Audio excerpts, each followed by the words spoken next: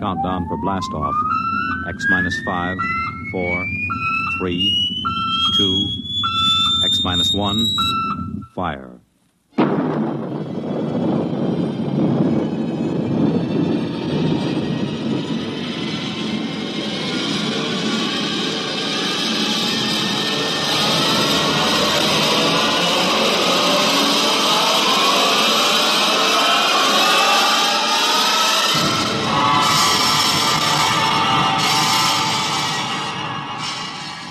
From the far horizons of the unknown come transcribed tales of new dimensions in time and space. These are stories of the future, adventures in which you'll live in a million could-be years on 1,000 maybe worlds. The National Broadcasting Company, in cooperation with Street and Smith, publishers of astounding science fiction, presents X minus 1.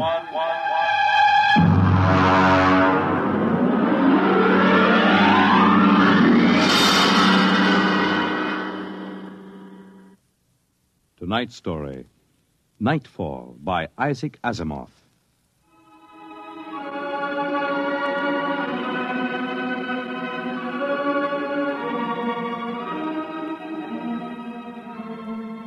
Ralph Waldo Emerson speculated if the stars should appear one night in 1,000 years, how would man believe and adore and perceive for many generations the remembrance of the city of God?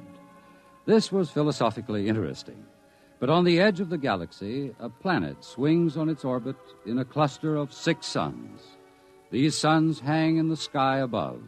Never less than 2 shine down through the entire 23.8 hours of the planet's day. The yellow light has burned down on the planet continuously, into the past, till the mind of man runneth not to the contrary.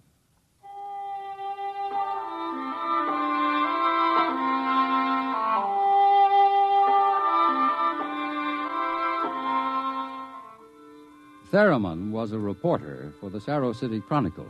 He covered them all, from the night police beat to politics to the sports pages, and the city editor wanted him to cover the biggest story of the year, perhaps of all time.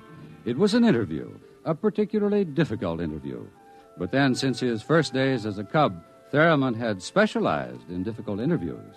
It cost him bruises, black eyes, and broken bones, but it had gotten him an ample supply of coolness and self-confidence. He didn't expect violence, though, from an astronomer. You're from that newspaper? Well, you got a lot of gall coming here. Now, look, Dr. Aton, it's only a job. I've read your paper. You've been writing this observatory for 2 months now. You've attacked me personally. I have nothing to say to you. Well, this is your chance to get your side into the paper.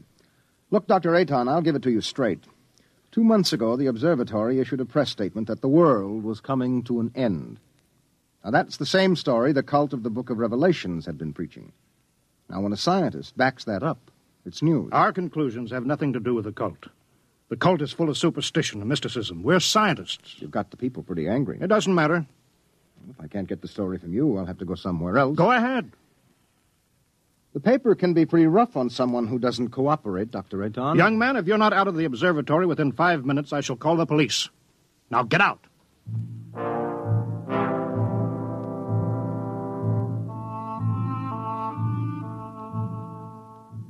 The reporter walks down the long hall from the observatory. The light filters through the high, clear-story windows, the yellow light of Gamma, the brightest of the 6 suns in the planet's sky. Beta is almost at zenith. Its red light floods the landscape to an unusual orange. The planet's sun Alpha is at the antipodes, and now as Gamma sinks below the horizon, the red dwarf sun Beta is alone, grimly alone.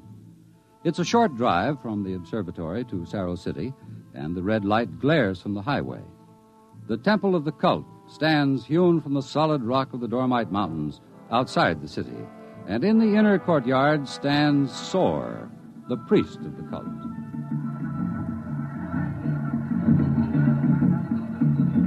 Woe to the unbelievers! Their souls will rot with the absence of light. Tell me, Your Reverence, what will happen? What are you waiting for here? The day of the coming. It is written in the Book of Revelations. It came to pass the sun Beta was alone in the sky, and the world was shrunken and cold. And and men did assemble in the public squares and highways. Their minds were troubled, and their speech confused, for the souls of men awaited the coming of the stars. And the lip of the cave of darkness passed the edge of Beta, and loud were the cries of men, and there was no light on the surface of the world. And in this blackness there appeared the stars in countless numbers, and in that moment the souls of men departed from them, and their abandoned bodies became even as beasts. From the stars then reached down the heavens flame, and where it touched, the cities of the world flamed to destruction, so that of man and all the works of man naught remained. So it is written.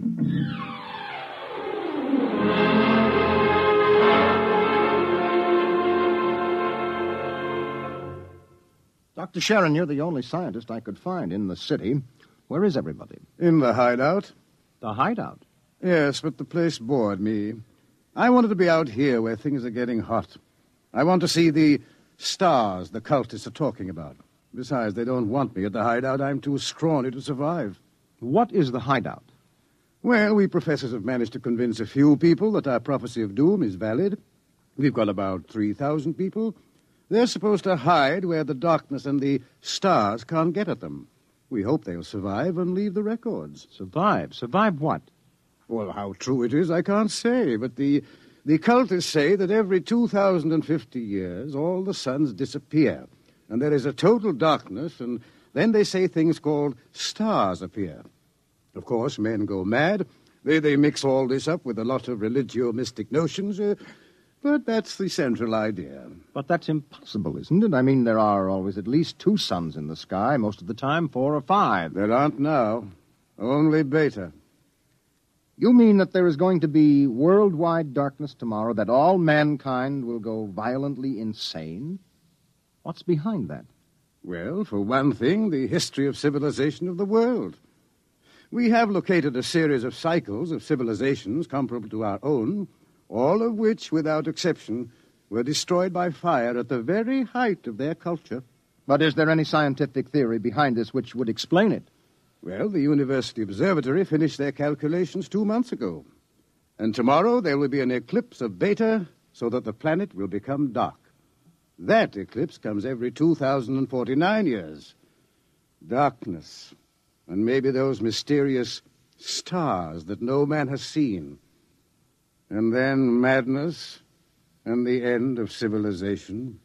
And you expect to live through this at the hideout? They plan to photograph the eclipse and leave the records. And then the rest of mankind will know what to expect. Well, what is there in darkness to drive men mad? Have you ever experienced darkness, young man? Well, no, but I know what it is. It's just no light. Oh. Draw the curtain. Why, what for? If we had 4 or 5 suns out there, we might want to cut the light down for comfort, but with only Beta... Ah, that's the point. Just draw the curtain and then come here and sit down. All right.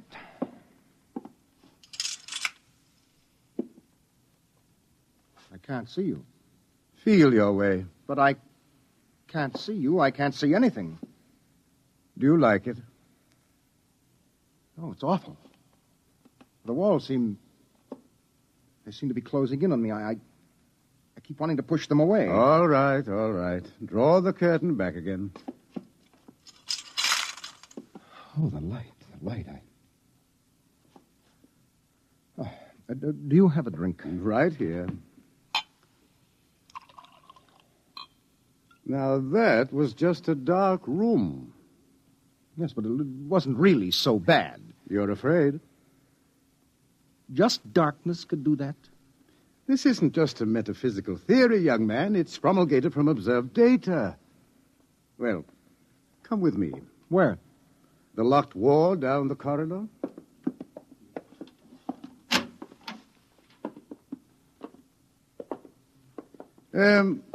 Were you at the Cerro City Centennial Exposition 2 years ago?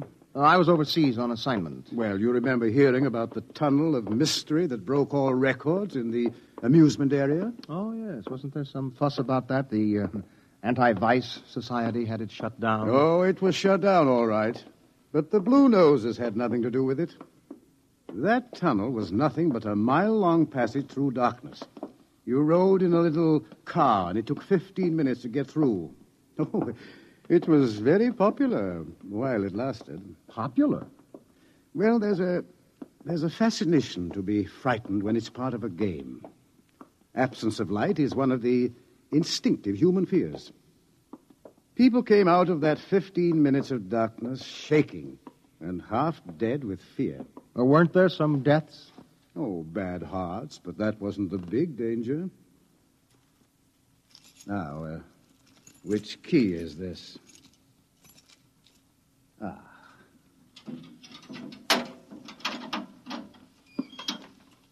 Where are we going?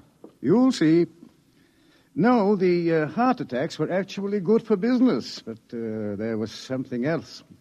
Here, I'll show you. I want you to see somebody. Latimer. Latimer. Go away. Latimer, I want you to meet somebody. This is Mr. Theremin. No, go away. Hello? He's pushing me. Make him stop pushing me. Go away. I'm not touching him. What's wrong? Latimer is afraid, aren't you? The walls. They're falling in on me. The walls. I've got to get out. I've got to get out. Let me out. You can't go out, Latimer. It's all right. I've got to get out. Let me out. Let me out. Let me out. At sleeping period, we have to give him a shot of morphine. Otherwise, he'd bat his brains against the wall. What's wrong with him? Nothing. Nothing but 15 minutes in the darkness of the tunnel of mystery. Oh, that's impossible. 1 person out of 10 came out of the tunnel that way. That's why we had it shut down. But why should darkness do that? It's obvious men cannot exist without light. Longer periods of darkness would obviously be fatal. The scientific theory is that the consciousness of light is necessary for mental activity. Please, Doctor, let me outside. Let me out, please. I can't breathe. They're pushing me. They're always pushing me. I can't stand here. Well, there you are, Theremin. That's what 15 minutes of darkness will do.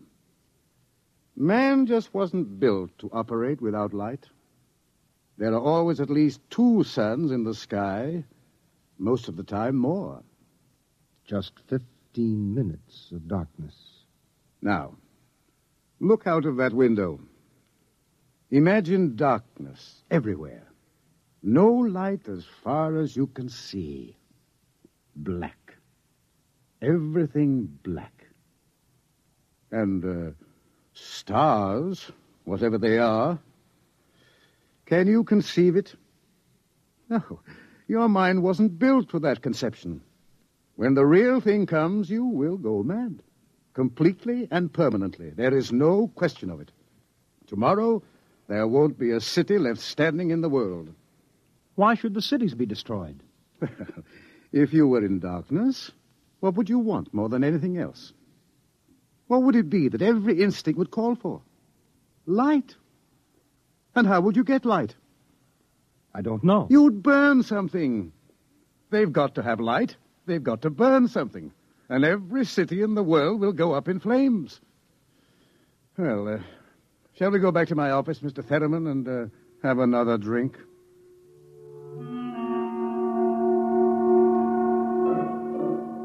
Through the skies, the red sun Beta shines alone. The wind howls across the city. It is cold, colder than man can remember. And as the hour approaches, the reporter goes out and speaks to the man in the street.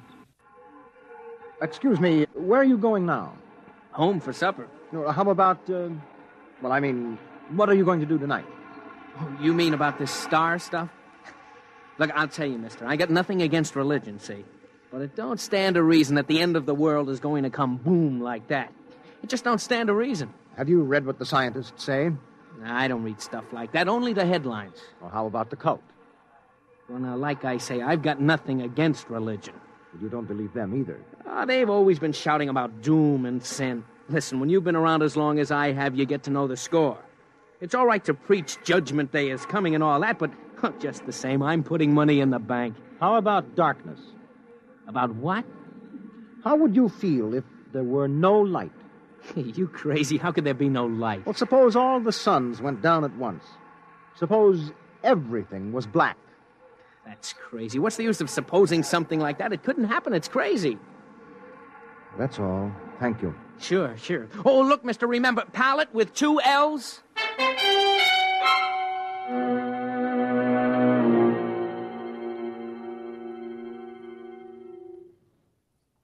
All this talk of scientific explanation, it's sinful, that's what it is. Are you a member of the cult, sir? Sure I am. Been a member since I was a boy. My daddy was a member, too. I've seen the books. It's all written down in the books. Don't you believe the scientist's explanation? Don't need it. I'm going to save my immortal soul. I'm going to stay on the mountaintop in a white robe while the stars carry me away to glory. Blessed be the stars. Amen. What are the stars? The glory, the breath of the heavens, the spirit of the ultimate. That's what they are. The observatory has announced that it intends to take pictures of the stars. Blasphemy. I sold my house and gave all my money to the poor. Won't need it anymore. I'm going to heaven with the stars. Glory, glory, going with the stars.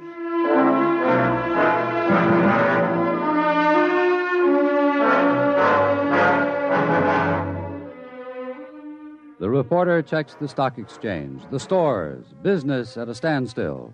Doesn't pay to buy anything today, not if the world is going to end tomorrow. There are predictions of economic collapse in the financial section, layoffs at the factories on the edge of the city, and through the streets the people will mill and turn, unsure, crying in fear or shouting with bravado. The story isn't here in the city, and so as the hour approaches, the reporter goes again to the observatory, high in the hills. Look, Dr. Aton, if you are right, if the world is going to be destroyed, what is the difference if I stay here and observe and take notes? Nothing, I suppose. You will be in the way. We have work to do. If I stay out of the way. Hello. Oh, this place is like a morgue. It's freezing outside. The wind is enough to hang icicles on your nose. Beta doesn't seem to give any heat at all, the distance it is. Why aren't you in the hideout, Sharon? Me? I'm part of the race that isn't worth perpetuating. Who's got a bottle? There'll be no alcohol today. It'd be too easy to get my men drunk. I can't afford to tempt them. All right, Thurman, you can stay. Time we took our positions, the observatory dome is up these stairs. After you. Ah! What is that? Up in the dome, quick! What is it? It's the plates. The photographic plates, they're all smashed. There he is. A cultist. He's going for the telescope. After him. All right, I've got him. Let go! No. Let go must be destroyed! It must be! It's all right. He didn't harm anything. Let him up. Well, that's the high priest. I was talking to him yesterday. All right. What do you want? Nothing that you would give me of your own free will. I made a bargain with the cult to give me certain data that you had. In return, I promised to prove the essential truth of the creed. There was no need to prove that. It stands proven by the book of Revelations. I offered scientific backing for you believers. You made of the darkness and the stars a natural phenomenon and removed all its real significance. That was blasphemy. The facts exist. Your facts are a fraud and a delusion. How do you know? I know. I suppose you think in trying to warn the world against the menace of madness, we are placing souls in jeopardy, huh? Well, we haven't succeeded, if that makes you feel better. Your devilish instruments must be destroyed. We obey the will of the stars. Someone call the police in Cerro City. There's no time for that. Let me handle this. The eclipse is only a few minutes away. Look, you. Will you give your word of honor to cause no trouble? I will not. Listen. Just as soon as the eclipse starts, we're going to take you and put you in a closet with the door closed, and you will stay there. Then you won't see the darkness, and you won't see the stars. And that means the loss of your immortal soul, according to the cult. All right. Will you give your word of honor? You have it. You will all be damned for your deeds of today. Look at Beta. The eclipse has started. You can see the blackness against Beta. Get busy on those cameras. Check the exposures very carefully. You're shaking, Mr. Ferriman. Yes, I don't feel very well. You're not losing your nerve. No, I'm just not used to it. You could probably make the hideout. I have been assigned to cover a story. I intend to cover it. Oh, professional honor? Yes. Yes. Allah sofanet radrak. Allah sofanet. What is that? The cultist. That's the Book of Revelations. I don't understand it. He is chanting some old cycle language. The Book of Revelations was originally written in it. There are probably 2 million people in Cerro City who are trying to join the cult. One gigantic revival. How do the cultists manage to keep the Book of Revelations going from cycle to cycle if everyone goes mad? Who wrote the book? There are some people who don't see the stars. The blind, those who drink themselves into a stupor, and children, to whom the world as a whole is too new and too strange for them to be frightened at stars and darkness. They would have memories, and that, combined with the confused, incoherent babbling of the mad, formed the basis for the Book of Revelations. Oh, the cult will be riding high down there in the city. I hope they make the most of it. Dr. Sharon, I just heard from the hideout on the private line. Oh, they're in trouble? They are safe, but the city is a shambles. You have no idea. Well, it'll get worse. But what are you shaking about, Dr. Ayton? How do you feel? You don't understand. The cultists are rousing the people to storm the observatory, promising them immediate entrance into grace, promising them salvation, promising them anything. How long till the total eclipse? An hour. Well, it's a gamble. It will take time to get a mob out here. If the darkness comes first, we're all right. Oh, look at Beta. It's cut in half. Half of it is black. Yes, it's getting darker. An interesting phenomenon. Oh, my collar is suddenly tight. Are you having any difficulty in breathing? No, why? Difficulty in breathing is one of the first symptoms. We have experimented. I'm cold. Seems to be getting colder. Yes, so we'd better keep our minds on something else. One of the astronomers has a theory about the stars, far away to see in the light. He developed a fantasy about a planet revolving around one sun. It's a mathematical possibility. Of course, there couldn't be any life. Part of the planet would always be dark and without light. Well, it's obvious. Without light, there can't be any life. It's time for the artificial light. We can't read the instruments. Artificial light? One of the researchers at the university worked it out. Why, it's beautiful. Yellow light. After 4 hours of red. It's beautiful. Light. Light.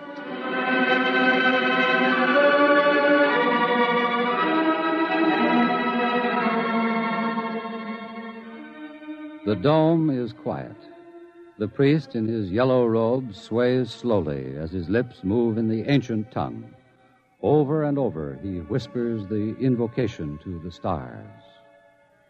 The technicians hunch over the instruments, and the sky gradually turns a horrible deep purple red, and the air grows denser.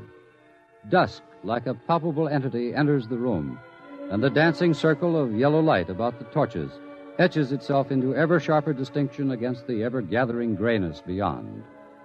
Outside, Beta is a mere smoldering splendor, taking a last look at the world.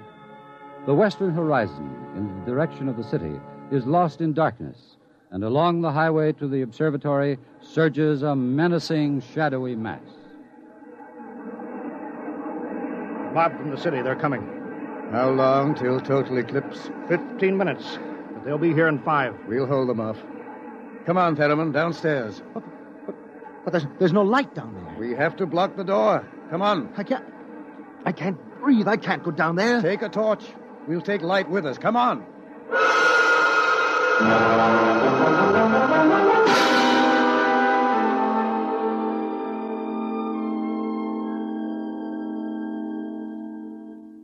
Ayton.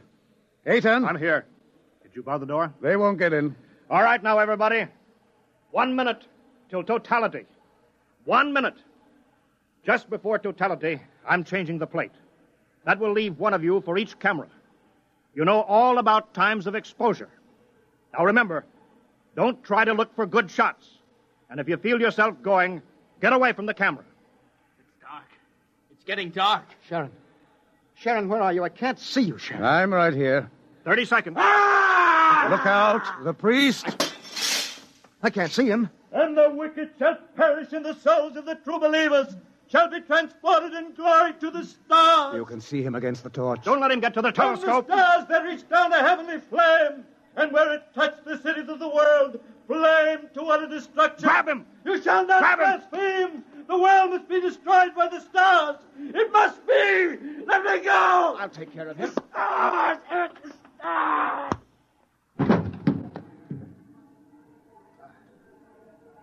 5 seconds to totality. 4, 3, 2, 1.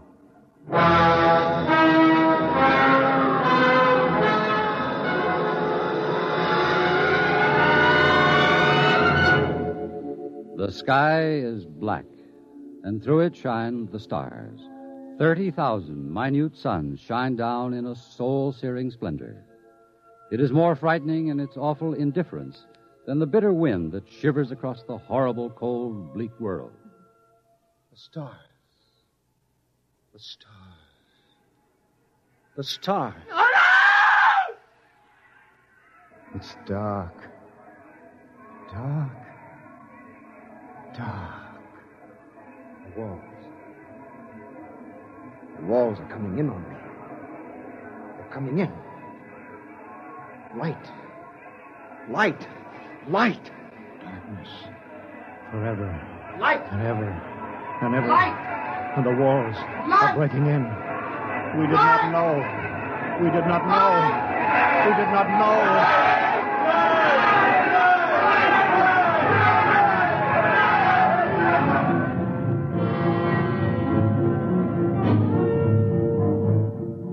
On the horizon, in the direction of the city, a crimson glow begins growing. 1,000 fires strengthen in brightness that is not the glow of the sun.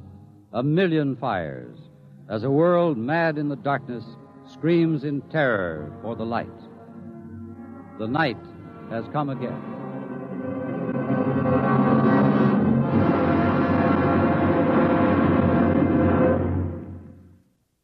You have just heard X-1, presented by the National Broadcasting Company in cooperation with Street and Smith, publishers of astounding science fiction.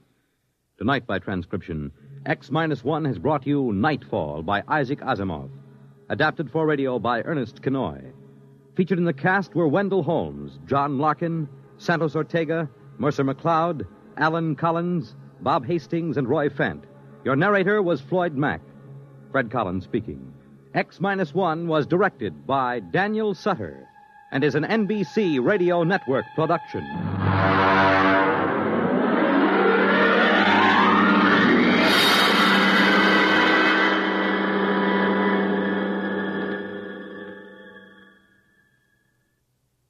It's groomed for your interests. Weekday NBC Radio.